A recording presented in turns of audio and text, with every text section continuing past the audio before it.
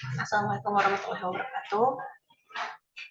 Nama saya Laila Elvila, guru dari SMA Negeri 1 Sukajaya. Pada kesempatan kali ini saya akan memaparkan tentang materi klasifikasi demokrasi. Adapun tujuan pembelajaran dari klasifikasi demokrasi di Indonesia adalah diharapkan peserta didik dapat menguraikan klasifikasi atau macam-macam demokrasi yang ada di dunia ini berdasarkan sudut pandang yang berbeda, baik berdasarkan pada penyaluran kehendak rakyat, prinsip ideologi maupun berdasarkan yang menjadi titik perhatiannya.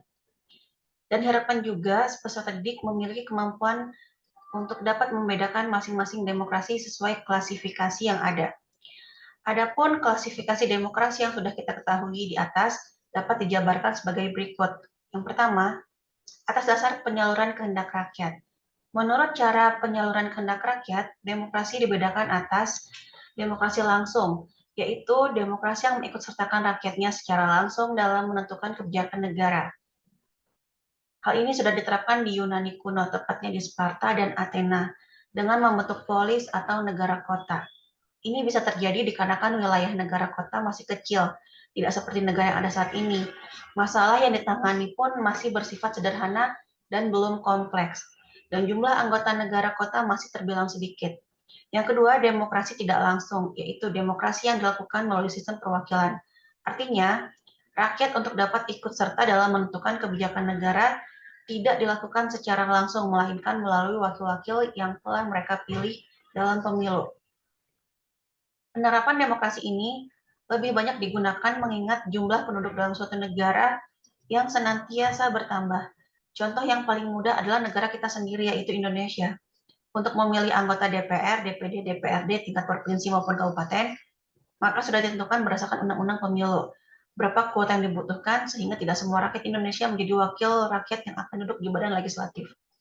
Yang kedua, atas dasar prinsip ideologi dapat dibedakan menjadi bentuk yang pertama demokrasi konstitusional yang berlaku di negara demokrasi liberal, yang artinya demokrasi yang mengedepankan kebebasan atau individualisme.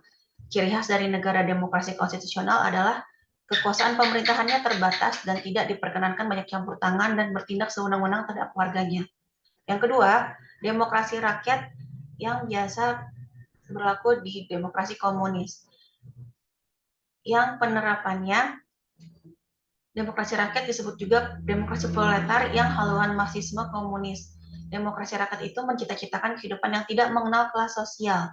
Manusia dibebaskan dari keterikatannya pada kepemilikan pribadi tanpa ada penindasan serta paksaan.